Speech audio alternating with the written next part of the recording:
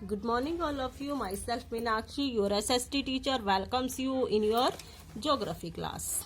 In this video, we will discuss our geography second lesson. हमारा जो lesson था land, soil, water, natural vegetation and wild life resources. पिछली video में हम land as a resource के बारे में पढ़ चुके हैं, सोइल एंड रिसोर्स के बारे में पढ़ चुके हैं।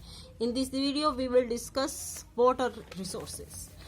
वाटर क्या है इसके बारे में वैसे तो आपको सबको पता ही है, ठीक है। Water is a whittle renewable natural resource. Water क्या है? एक विटल होता है महत्वपूर्ण नवीकरणीय संसाधन है। हमने पिछले लेसन में पढ़ा था कि रिसोर्सेज 2 टाइप के होते हैं, रिन्यूएबल रिसोर्सेज और non renewable resources. Renewable resources क्या होता है? जो क्या है जिसको हम एक बार यूज कर लेते हैं वो क्या है दोबारा से फिर अपने आप बन जाते हैं। जैसे हम पानी को यूज करते हैं, लेकिन जब पानी वर्षा आती है तो वो पानी क्या होता है फिर से इकट्ठा हो जाता है। इसीलिए हमने जो वाटर है उसको क्या बोलते हैं? रिन्यूएबल रिसोर्स बोलते हैं। 3/4 of the earth surface is covered with water. It is therefore appropriately called the water planet. ये कहता है कि हमारी पृथ्वी का जो 3/4 भाग है वो किससे ढका हुआ है? पानी से ढका हुआ है। इसीलिए हम इसे क्या कहते हैं? वाटर प्लैनेट कहते हैं। वाटर प्लैनेट क्यों कहते हैं? क्योंकि हमारी पृथ्वी पर ज्यादा मात्रा में क्या पाया जाता है? वाटर पाया जाता है। लैंड के बारे में पढ़ा था, वो कितने परसेंट पर थी? ओनली 30% पर। और जो पानी है वो क्या है? हमारी पृथ्वी के 3/4 भाग पर है। It was the primitive ocean that life began almost 3.5 billion years back. लगभग 3.5 अरब वर्ष पहले जीवन आदि महासागरों से ही शुरू हुआ था। Even today, the ocean covered 2/3 of the Earth's surface and support a rich variety of planet and animal life. यद्यपि आज भी महासागर पृथ्वी की सतह के 2/3 भाग को ढके हुए हैं और जो हमारे पौधे और जीव जंतु हैं उनकी सबकी मदद करते हैं। यानी कि पानी के बिना किसी की भी लाइफ है वो संभव नहीं है। एनिमल लाइफ है या वाइल्ड लाइफ है या हमारी लाइफ है, कुछ भी संभव नहीं है। The ocean water is however saline and not fit for human consumption. महासागरों का जो पानी है वो क्या है? महासागरों का जो जल है वो क्या होता है? स्लेलाइन मतलब क्या होता है? लवणीय, यानी जिसमें क्या होता है? बहुत ज्यादा साल्टी वाटर होता है और ह्यूमन कंजम्पशन के लिए हमारे लिए फिट नहीं है। क्यों नहीं है? क्योंकि अगर हम उसको यूज करेंगे, महासागरों के पानी को अगर हम ज्यादा यूज करेंगे, इससे क्या होगा? हम बहुत सारी बीमारियां हमारे अंदर पैदा हो जाएंगी। Fresh water accounts only about 2.7%। Fresh water जो हमारे पास है वो कितना है? 2.7% है, जिसको हम क्या कर सकते हैं? यूज कर सकते हैं। यानी पानी तो बहुत है पृथ्वी पर, लेकिन हमारे पीने योग्य जो पानी है या हमारी कंजम्पशन के लिए जो पानी है वो कितना है? 2.7%। Nearly 70% of the occur as. और जो 70% जो पानी है हमारे पास वो किसके रूप में? आइस शीट के रूप में है। आइस शीट मतलब हिम नदियों के रूप में है। एंड आइस शीट मतलब बर्फ की जो चादर होती है। आइस शीट मतलब बर्फ की चादर। एंड द ग्लेशियर, और ग्लेशियर के रूप में है कहाँ पर है? अंटार्कटिका के अंदर है, जो क्या है हमारे लिए उपयुक्त नहीं है क्योंकि वहां पर क्या है? बहुत ज्यादा ठंड है। ग्रीनलैंड एंड माउंटेन रीजन, और ज्यादातर पानी कहाँ पर है? ग्रीनलैंड में है और पर्वतीय क्षेत्रों में पाया जाता है। लेकिन हम उसको क्या है? डायरेक्ट उस पानी का हम यूज नहीं कर पाते। अगर हमारे यहाँ पे पानी खत्म हो जाए पृथ्वी पर तो क्या होगा? अगर हमें ये पानी यूज करना है, इसको हम क्या डायरेक्ट थोड़ी ना यूज कर पाएंगे। जो ग्लेशियर पिघलेंगे या वो जाकर नदियों में मिलेंगे तब हम उस पानी का क्या कर सकते हैं? यूज कर सकते हैं। Due to their location they are inaccessible. अपनी स्थिति के कारण ये क्या है? हमारे से इंसेसेबल क्या होता है? हमारी मनुष्य की पहुंच से क्या होता है? बाहर। इंसेसेबल मतलब मनुष्य की पहुंच से ये क्या है? बाहर है। Only 1% of fresh water is available. हमारे पास केवल क्या है? फ्रेश वाटर कितना अवेलेबल है? 1% and fit for human use, जो ह्यूमन यूज के लिए। It is found as ground water, वो पानी किसके रूप में पाया जाता है? Ground water. ग्राउंड वाटर मतलब भूम जल के रूप में, यानी भूमि के नीचे। As a surface water in river, या फिर कहाँ पर पाया जाता है? नदियों के अंदर पृष्ठीय जल के रूप में। एंड लेक के रूप में पाया जाता है, झीलों के रूप में पाया जाता है। And as water vapour in the atmosphere, या फिर वायुमंडल में जल वाष्प के रूप में पानी पाया जाता है। जल वाष्प किसे कहते हैं? मतलब जो नदियों या महासागरों का जो भी पानी होता है वो क्या है? वाष्प बनकर क्या है? ऊपर उड़ जाता है। पानी क्या होता है? ऊपर उड़ जाता है, आसमान में चला जाता है, फिर वो जल वाष्प क्या बन जाते हैं? बादल बन जाते हैं। बादल बनने से दोबारा क्या होगा? वो दोबारा से वो पानी क्या आएगा? नीचे आ जाता है। उसे हम क्या बोलते हैं? वेपर, वाटर वेपर बोलते हैं। Fresh water is therefore the most precious substance on the earth. Fresh water क्या है? प्रीशियस क्या होता है? बहुमूल्य। सब्सटेंस है, किसके लिए है? मूल्य क्या है? सब्सटेंस मतलब पदार्थ है। ऑन अर्थ, पृथ्वी पर। Water can neither be added NOR subtracted from the earth. क्या है? पृथ्वी पर जल को न बढ़ाया जा सकता है और ना ही घटाया जा सकता है। ठीक है। It's total volume remain constant, यानी कि उसको हम क्या है? वो हमेशा कांस्टेंट रहता है, मतलब स्थिर रहता है, इसकी मात्रा स्थिर रहती है। Its abundance only seems to vary because it is in constant motion, cycling through the ocean, the air, the land, and back again through the process of evaporation, precipitation, and runoff. ये कहता है कि इसके अंदर कि इसकी जो जल की प्रचुरता है हमारे पास बहुत ज़्यादा विविधता के रूप में होती है। क्यों होती है? यह वाष्पीकरण, वर्षण और वाह की प्रक्रियाओं द्वारा महासागरों, वायु, भूमि और दोबारा से महासागरों में निरंतर इसकी एक गतिशील प्रक्रिया चलती रहती है। यानी प्रक्रिया क्या होती है? चलती रहती है। कैसे चलती रहती है? मान लो यहाँ पर क्या है? पानी है। ठीक है, पानी क्या होगा? ये मान लो झील, कोई भी झील है या नदी है, यहाँ पर पानी है। यहाँ पर क्या है? बादल है। तो ये आसमान है। आसमान में क्या होगा? ये पानी जल वाष्प के रूप में कहाँ जाएगा? ऊपर। दोबारा से क्या होगा? ये क्या बन जाएगा? फिर बादल बन जाएगा और वही पानी कहाँ आएगा? हमारी जमीन पर आ जाता है। यानी ये जो प्रक्रिया होती है चलती रहती है। This is you already know refer to a water cycle. इसको ही हम क्या कहते हैं? ये वाटर साइकिल एक प्रक्रिया होती है। ठीक है, पानी क्या है? दोबारा से फिर ऐसे बन जाता है जल वाष्प के रूप में जब पानी उड़ता है। ठीक है,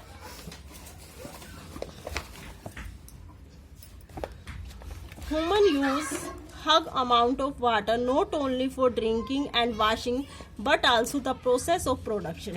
कि हमें जो पानी है वो केवल सिर्फ ये नहीं है कि केवल मनुष्य को जो पानी है वो पीने के लिए चाहिए या धुलाई करने के लिए चाहिए, बल्कि हमें जो पानी है वो प्रोडक्शन के लिए भी चाहिए। किसी चीज का उत्पादन, प्रोडक्शन क्या आता है? उत्पादन, किसी चीज का बनाना।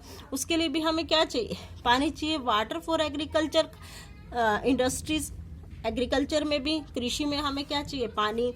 इंडस्ट्रीज के लिए पानी चाहिए। जनरेटिंग इलेक्ट्रिसिटी, इलेक्ट्रिसिटी को बनाने के लिए, बिजली को बनाने के लिए, बिजली भी किससे बनती है? पानी से बनती है। Through reservoirs of dam and the other using. हमें पानी किस किस चीज के लिए चाहिए?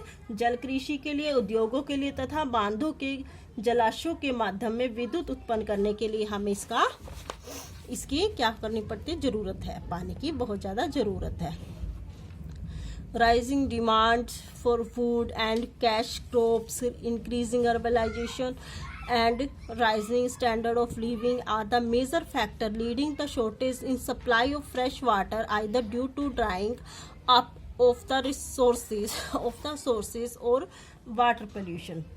जल स्रोतों के सूखने अथवा जल प्रदूषण के कारण जो हमारे पास अलवणीय जल है, यानी जिसके अंदर, अलवणीय जल का मतलब जिसके अंदर क्या है? पानी, जिसके अंदर नमक नहीं है। जल की आपूर्ति की कमी के मुख्य कारण क्या है? यानी जल की कमी क्यों हो रही है? इसके मुख्य कारण क्या, कारक क्या क्या है? अर्बनाइजेशन ये वाला प्रमुख कारण। यानी कि अर्बनाइजेशन क्या होती है? बढ़ती हुई जनसंख्या। राइजिंग स्टैंडर्ड ऑफ लिविंग, हमारा जो जीने का स्तर है वो क्या हो रहा है, बहुत ज़्यादा ऊंचा हो रहा है। इसके अर्बनाइजेशन शहरीकरण के कारण। ठीक है, सबके लिए हमें क्या चाहिए, जल चाहिए। इस जल की कमी को हम कैसे पूरा करेंगे? पूरा करना बहुत मुश्किल है, लेकिन हम क्या कर सकते हैं?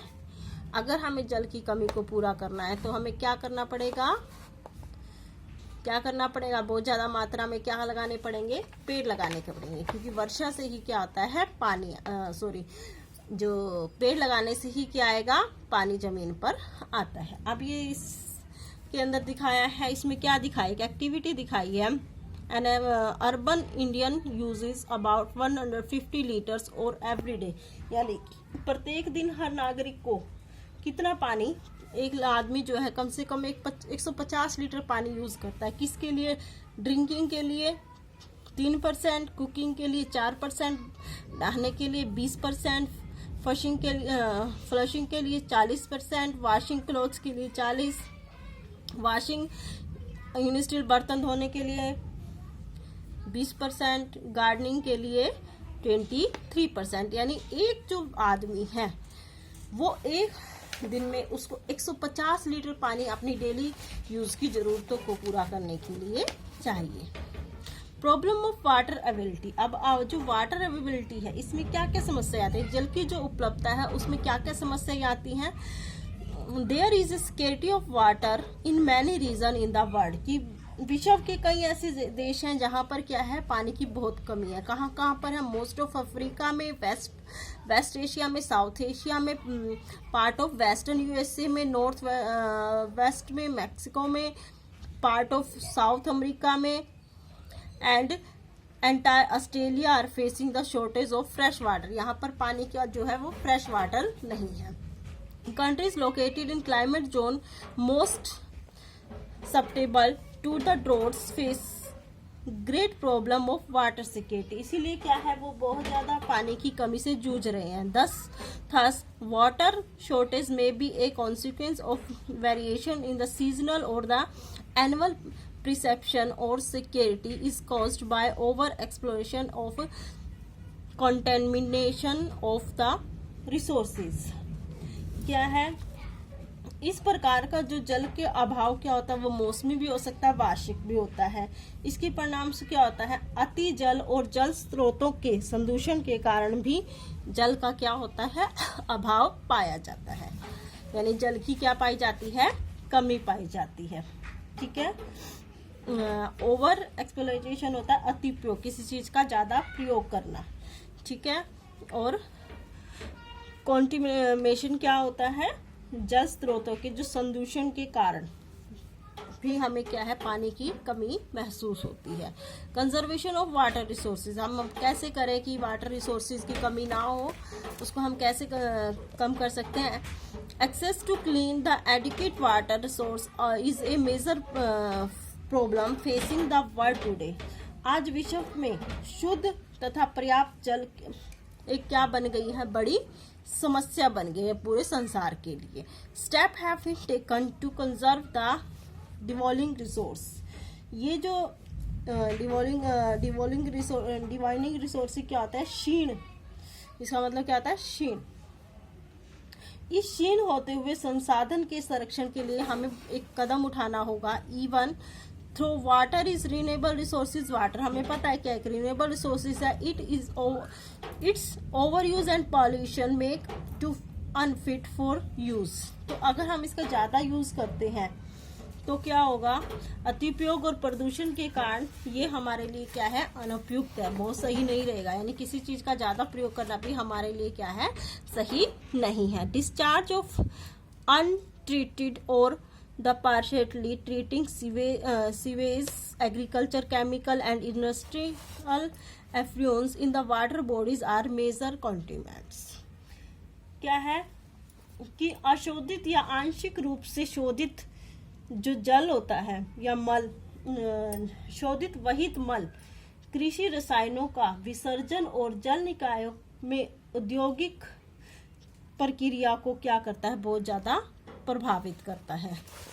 यानी कि जब क्या है, ये तो थोड़ी ज़्यादा हिंदी हो गई, लेकिन एक तो अगर हम सीधी भाषा में समझे तो क्या है कि हमें क्या है, जल का जो प्रयोग है वो सही ढंग से करना होगा। कैसे करना होगा उसके बारे में हम आगे बताएंगे। They pollute water with nature's metals and pesticide. Most of these chemical are non biodegradable and reach human bodies water through water. Water pollution can be controlled by treating these effluents stable before raising them in the water bodies. Sidhi line को अगर सीधी भाषा में बताएं कि treating effluents क्या होता है, जो भी हमारे वेस्ट प्रोडक्ट है, वो जो हमारे जो जितने भी वेस्ट प्रोडक्ट है, हम उनको क्या करें, इंडस्ट्री से जो भी वेस्ट प्रोडक्ट निकल रहे हैं, इन सारी चीज़ों को हम वाटर बॉडी में डंप करने से पहले ही क्या कर दें, साफ कर दें, ताकि वो जहाँ पर वो जा रहे हैं, अगर वो पानी किसी महासागर में मिल रहा है, किसी नदी में वो कचरा जा रहा है, तो वहाँ पर वो क्या हो, फ्रेश वाटर के रूप में चला जाए। या फिर हम इसके लिए क्या करें, बहुत ज़्यादा मात्रा में क्या लगा दें, प्लांट क्या करेंगे, प्लांट से तो हमारी बहुत सारी समस्याएं हल हो जाती हैं। प्लांट क्या करेगा, पानी को क्या करेगा, नीचे अपनी जड़ों के अंदर क्या करेगा, होल्ड करके रखेगा, जिससे ग्राउंड वाटर जो लेवल है वो भी इंक्रीज होगा। Forest and other vegetation cover slow surface run off the replenish underground water. Water harvesting is the another method to save the run off surface run of.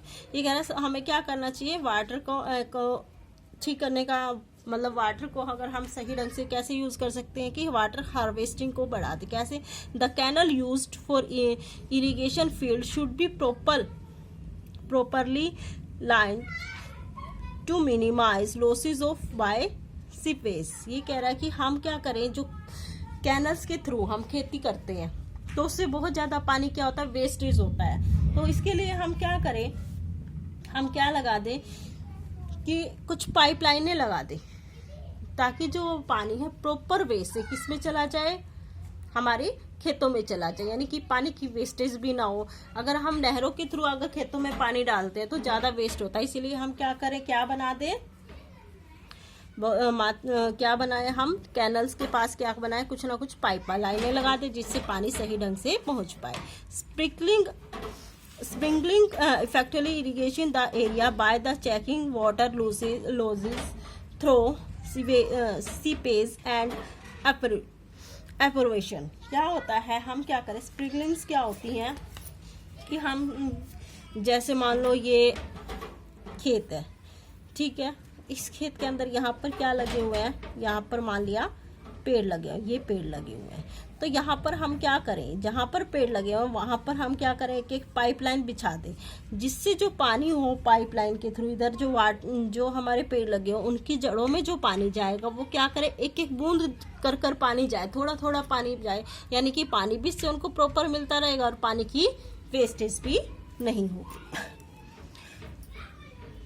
In the dry region, और जहाँ पर dry region है, with the high rates of evaporation drip and drinking irrigation trickle irrigation is useful. The valuable water resource can be conserved by adopting these means of irrigation. और एक हम क्या करें, जहाँ पर ड्राई एरिया है वहाँ पर हम क्या करें वहाँ पर अगर यहाँ पर खेत है तो वहाँ पर हम क्या कर दें, एक पाइप लगाएं ऐसे, और वहाँ से जो पानी है वर्षा के रूप में क्या करें, खेतों में गिरे। जैसे हम फिल्मों में देखते हैं वर्षा दिखाते हैं तो वो क्या करते हैं, ऐसे ही वर्षा दिखाते हैं, वो थोड़ा थोड़ा पानी क्या है ऊपर से गिरता रहेगा, जैसे कि वर्षा का जल पानी को वर्षा का जल हमारे ग्राउंड वाटर लेवल में चला जाएगा, खेतों में चला जाएगा, जिससे क्या होगा, ग्राउंड वाटर लेवल भी बढ़ेगा।